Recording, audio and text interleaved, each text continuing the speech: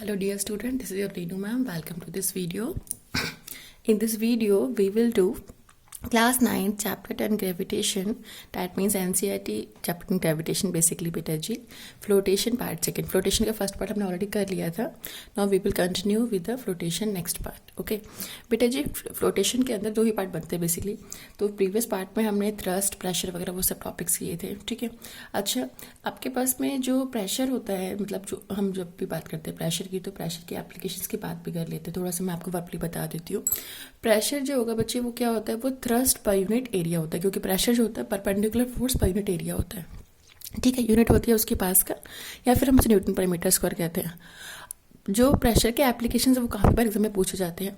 For example आपसे कहा जाता है कि जो आयरन नेल होती है, ठीक है, आयरन नेल होती है वो शार्प क्यों होती है, उसके एंड जो होता है वो शार्प क्यों होता है बेटा, क्योंकि एरिया कम होने से प्रेशर क्या हो जाता है, ज़्यादा एरिया कम होगा. ठीक है, पहले मैं आपको वही बताती हूँ, उसके बाद फिर मैं फर्दर कंटिन्यू करूँगी. तो बेटा जी हमारे पास में जो आयरन नेल होती है, आयरन नेल जो है, अगर आप ध्यान दो कुछ कुछ इस टाइप से, उसका जो ये वाला जो एंड होता है आयरन नेल का एंड वाला एंड बहुत ही शार्प होता है और ऊपर वाला जो एंड है वो ब्रॉड होता है. तो जब हम उसे वॉल में अंदर डालते हैं तो उस केस में हम क्या करते हैं, उसको हैमर से हिट करते हैं. तो यहाँ पे आपके पास में हैमर से हिट कर रहे हैं हम, यहाँ पे हम फोर्स लगा रहे हैं. ठीक है, परपेंडिकुलर. और ये जो है आपके पास पे, ये वाला जो एंड होगा आपके पास पे, ये जो है वो वॉल के अंदर जा रहा है, वॉल के अंदर पियर्सिंग करता हुआ जा रहा है. तो जब ये अंदर जा रहा है यानी कि एरिया कम है तो प्रेशर क्या होगा, ज़्यादा. प्रेशर ज़्यादा कैसे है, because P is equal to बच्चे क्या होता है, प्रेशर जो होता है वो हमारा फोर्स अपॉन एरिया होता है. एरिया कम होगा तो प्रेशर ज़्यादा होगा, तो वो ईजिली जो नेल है वो चली जाएगी वॉल के अंदर. ठीक है, इसी टाइप से जो आपके स्कूल बैग्स होते हैं बेटा जी, स्कूल बैग जो होते हैं आपने देखा होगा, जो ब्रॉड, मतलब मोस्टली स्कूल बैग्स में ब्रॉड स्ट्रिप्स होती है. कुछ बच्चे फैशन के चक्कर में पतली वाले स्ट्रिप्स के बैग यूज़ कर लेते हैं, फिर परेशान होते हैं, घूमते हैं. क्यों बेटा, बैग का वेट तो आपको होता है ना, आपको बुक्स, नोटबुक्स, टाइम टेबल के अकॉर्डिंग लेके आनी है. तो अगर हमारे पास में स्कूल बैग्स की जो स्ट्रिप्स हैं वो ब्रॉड होंगी तो जो, क्योंकि आपने क्या करना है, अपने जो स्ट्रिप्स है इनको अपने शोल्डर्स पे, बैग को हैंग करते हो, शोल्डर्स पे तो हैंग करते हैं हम लोग. ठीक है, तो जो स्ट्रिप ब्रॉड होगी तो बच्चे ब्रॉड होने से क्या हो जाएगा, जो एरिया आपके शोल्डर्स के कॉन्टैक्ट में आ रहा है ना, ये वाला हम बात कर रहे हैं, तो वो एरिया जो है वो लार्ज हो जाएगा. स्ट्रिप ब्रॉड है तो एरिया क्या है, लार्ज. एरिया लार्ज है तो प्रेशर क्या हो जाएगा, लेस. ओके, क्योंकि फोर्स माने जो वेट है बैग का वो तो सेम रहने वाला है. अब उसी के अपोजिट क्या कुछ बच्चे क्या करते हैं फैशन के चक्कर में, इवन आप देखोगे कॉलेज वगैरह के जो बच्चे होते हैं वो स्ट्रिप्स वाले, मतलब उनके बैग में बहुत पतली सी नैरो स्ट्रिप होती है, ऐसे बैग यूज़ करते हैं. वैसे वहाँ पे इतना हैवी बैग वहाँ कॉलेज वगैरह में नहीं लेके जाते हैं. ठीक है, बट सब ट्यूशन में बैग लेके जाते हैं. ट्यूशन का बैग आप थोड़ा सा स्टाइलिश रखते हो कि हाँ उसमें स्ट्रिप नैरो है, तो उसमें क्या करते हैं, उसमें आप नैरो स्ट्रिप वाला बैग रखते हो. तो यहाँ पे एरिया क्या हो गया बेटा, एरिया यहाँ पे लेस हो गया, क्योंकि एरिया लेस है. और मैंने क्या बताया था आपको, pressure is equal to force upon area. जब एरिया लेस है तो प्रेशर क्या हो जाएगा, मोर. तो अगर मैं सेम बुक्स लूँ, सेम बुक्स को मैं जो ब्रॉड स्ट्रिप के बैग है उसमें डालूँ, सेम बुक्स को मैं नैरो जो स्ट्रिप के बैग है उसमें डालूँ, तो जो ब्रॉड स्ट्रिप वाला जो बैग है उसको कैरी करने से आपके शोल्डर्स में पेन नहीं होगा, जबकि नैरो स्ट्रिप वाले बैग को कैरी करने से आपके शोल्डर्स पे पेन होगा. ठीक है, क्यों, क्योंकि यहाँ पे प्रेशर कम लग रहा था, एरिया ज़्यादा था, तो यहाँ पे प्रेशर मोर लग रहा था. ओके, ऐसे ही बेटा जी जो आपके पास हम लोग फ्रूट्स वगैरह कट करते हैं, तो जो हमारे पास में न्यू नाइफ होता है, ठीक है, न्यू नाइफ में क्या होता है, न्यू नाइफ बहुत शार्प होते हैं. जब बेटा नाइफ जो आपके पास में शार्प नाइफ है, ठीक है, नाइफ जो है वो क्या है आपके पास में, शार्प. जब नाइफ शार्प है आपके पास में तो उसका एरिया लेस है, एरिया लेस तो प्रेशर मोर, तो ईजिली फ्रूट्स वेजिटेबल्स कट हो जाते हैं. वही नाइफ को जब आप बहुत टाइम तक 6 मंथ 7 मंथ 1 ईयर तक यूज़ करते रहते हो तो उसका वो जो नाइफ है ब्लंट हो जाता है, उसका एरिया हल्का सा, इवन आपको ये नहीं लगेगा बहुत ज़्यादा बढ़ गया है. ठीक है, बट यू कैन सी कि जो उसका एरिया होगा वो आपका ज़्यादा हो जाएगा ब्लंट नाइफ बहुत बार यूज़ करने से. तो एरिया मोर होगा, तो एरिया मोर होने से प्रेशर क्या होता है, कम. तो फिर उस टाइम इजीली आप फ्रूट वेजिटेबल उससे कट नहीं कर पाते हो. ठीक है, तो ये जो आपके पास में एप्लीकेशन है, ये आपको एप्लीकेशंस प्रेशर के, ये आपको इंपॉर्टेंट है, काफ़ी पूछ लेते हैं एग्जाम. और थोड़ा सा इनके अलावा भी बहुत सारे और एग्जाम्पल्स बनते हैं, तो थोड़ा सा लॉजिक लगाएंगे आप कि एरिया, क्योंकि बेटा वेट जो है, जो फोर्स अपॉन एरिया की हम बात करते हैं प्रेशर के अंदर एक्सप्रेशन में, pressure is equal to force upon area. तो बेटा फोर्स जो वेट है वो तो आपके पास में सेम ही रहने वाला है, एरिया को चेंज करके. ठीक है, एरिया को चेंज करके आपका प्रेशर जो है वो चेंज होता है। अब कुछ गर्ल्स हील्स वाले मतलब बैलीज वगैरह पहन लेते हैं या फिर सैंडल्स पहन लेते हैं, तो बेटा हील्स पहनने से बाद पैर में दर्द होना शुरू हो जाता है। क्यों? क्योंकि भाई आपने नैरो जो हील है बिल्कुल पतली पॉइंट हील वगैरह बच्चे पहन लेते हैं, तो वहाँ पे एरिया कम हो गया। एरिया कम हो गया यानी कि आपके फीट जो एक्सपीरियंस कर रहा है पूरी बॉडी का वेट तो उतना ही है, तो प्रेशर ज़्यादा लग रहा है वहाँ पे। जबकि आप जो फ्लैट शूज़ वगैरह पहनते हो या फिर फ्लैट स्लीपर वगैरह पहनते हो तो ऐसा फील नहीं होता। ठीक है। अच्छा, कैमल होता है, कैमल की फीट जो होते हैं बेटा, ठीक है, कैमल के फीट जो होते हैं उनका जो एरिया होता है वो ज़्यादा होता है, एरिया ज़्यादा होता है, तो कैमल इजीली सैंड पे मूव कर सकता है। कैमल को हम शीप ऑफ सैंड बोल देते हैं ना, just because of this reason, क्योंकि इजीली वॉक कर लेता है सैंड के ऊपर। एरिया ज़्यादा है, एरिया ज़्यादा है तो प्रेशर कम लग रहा है ना। तो इस तरीके से बहुत सारे एग्जाम्पल्स आपको देखने को मिल सकते हैं। तो आप एटलीस्ट एक काम करेंगे, वन एग्जाम्पल मतलब आप एक न्यू एग्जाम्पल कॉमेंट में कर देना, ताकि पता लगे कि आपको एप्लीकेशन समझ में आई है प्रेशर की कि नहीं आई है। ठीक है। अच्छा, अभी फर्दर मैं कंटिन्यू करूँगी जो मैं टॉपिक पढ़ाने जा रही थी आपको। प्रीवियस वीडियो में मैंने आपका प्रेशर का ये नहीं एप्लीकेशन नहीं डिस्कस किया था। ठीक है बेटा। और अच्छा, अब बात करते हैं नेक्स्ट उसकी फ्लूइड की। ठीक है। फ्लूइड जो है बच्चे, फ्लूइड क्या है? एनीथिंग, ठीक है, ध्यान रखेंगे बच्चे। Fluid any substance, anything that can flow, anything that can flow is known as fluid. ठीक है बेटा जी। तो कोई भी चीज़ जो फ्लो कर सकती है वो फ्लूइड है। ठीक है। फ्लूइड जो होता है बेटा, इसके एग्जांपल में आपके पास में सारे गैसेस और सारे लिक्विड्स आ जाते हैं। ठीक है। मैंने यहाँ पे एग्जांपल्स में ऐसे लिख दिया, बट आप पर्टिकुलर एग्जांपल्स में कुछ भी मतलब कोई भी गैस या इस तरह भी लिख दो तो भी चलेगा। लिक्विड्स में वाटर, हनी, कोई भी लिक्विड। ठीक है। तो आपके पास में फ्लूइड जो है कोई भी ऐसी substance, anything that can flow is known to be fluid. ठीक है। अच्छा, अब बात करते हैं बच्चे, फ्लूइड तो हमने पढ़ लिया। अच्छा, क्या फ्लूइड एक्सर्ट करता है प्रेशर? बताइए। अगर मैं फ्लूइड को एक कंटेनर में डाल दूं, for example I have taken this glass of water. ठीक है बच्चे। अब इस ग्लास में वाटर है, अब इसके अंदर आपके पास में वाटर है इसके अंदर। ठीक है। तो बेटा क्या वो उसकी वॉल्स पे प्रेशर लगा रहा है? या मैंने वाटर लिया, कोई भी लिक्विड ले लो आप, तो क्या उसकी वॉल्स पे, क्योंकि जिसके अंदर वो प्लेस है, ठीक है, तो फ्लूइड क्या करता है? उस पर प्रेशर लगाता है। तो fluid exert the pressure on the walls of the container in which it is capped. जिस भी कंटेनर में आपने फ्लूइड को रखा हुआ है, ठीक है, तो उस कंटेनर की वॉल्स पे, ठीक है, अब यहाँ पे बॉटम पे भी लग रहा है, साइड में भी लग रहा है, ऊपर से क्या लग रहा है? ऊपर से एटमॉस्फेयर प्रेशर लगता है, क्योंकि ओपन लिया मैंने तो एटमॉस्फेयर प्रेशर यहाँ पे लग रहा है। ठीक है। तो फ्लूइड जो होगा बेटा जी, वो आपके पास में every fluid exert pressure in pressure on the walls of the container in which it is capped. ठीक है। ये बात आपको समझ में आ गई होगी आई विश। चलिए ओके, फर्दर मूव करते हैं। तो यानी कि कोई हमारे पास में लिक्विड जो है वो आपके पास में, फ्लूइड जो है, नॉट लिक्विड, फ्लूइड, चाहे गैसेस हो, ठीक है, तो चाहे लिक्विड्स हो, वो आपके पास में जिस भी कंटेनर में हम प्लेस करेंगे तो उस पर प्रेशर लगाएंगे फिक्स्ड है। ओके।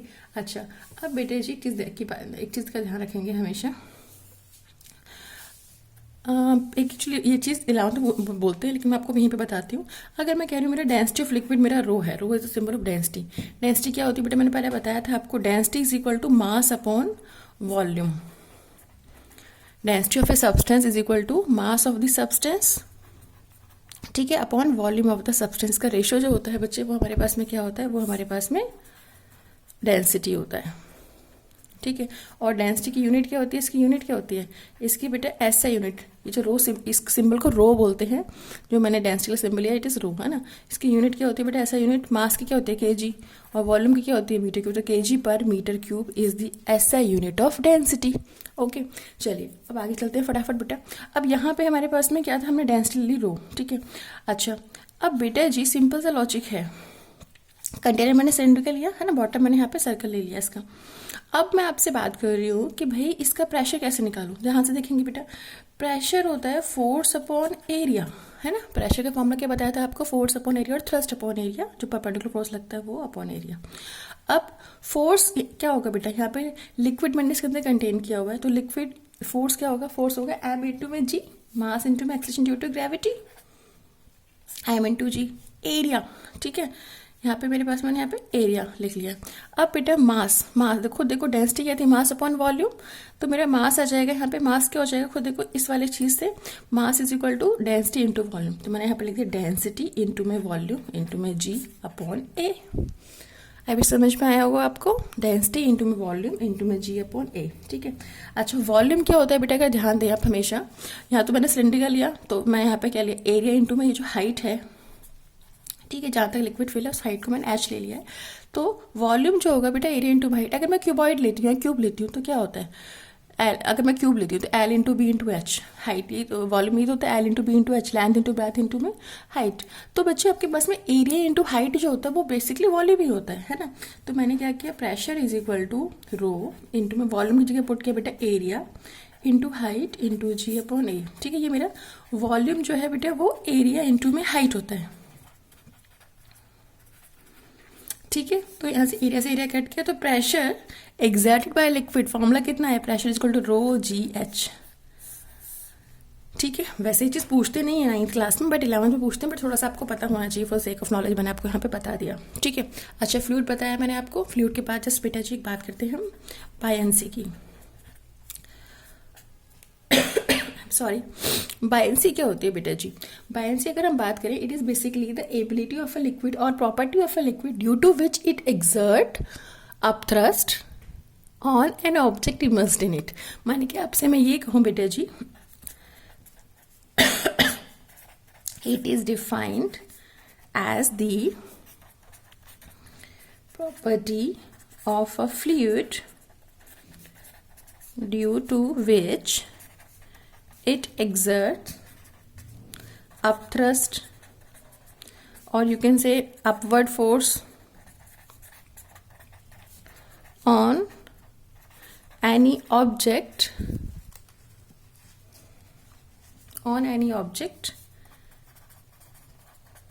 इमर्स्ड इन इट, माने फ्लूइड में इमर्स्ड होने की वजह से। अच्छा देखो मेरे पास यहाँ पे वाटर था, ठीक है, मेरे को इसको फिर वापस से गिलाना करते हैं। मेरे पास बेटा वाटर था, अब मैंने इसके अंदर ये कैप डाल दी, ठीक है। अब ये जो कैप है, यू कैन सी बेटा, ये जो कैप है ये क्या कर रही है, ये डिप नहीं हुई है, ठीक है। देखो जरा,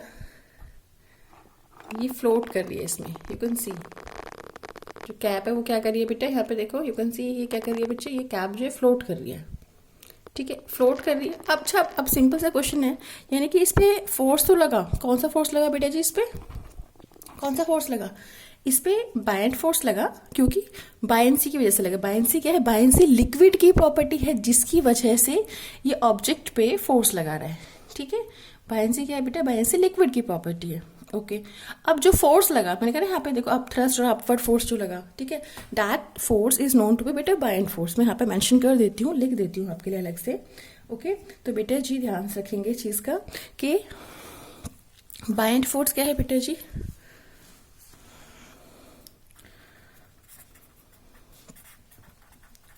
buoyant force is basically the upward force acts ठीक है, the upward force acts on the immersed object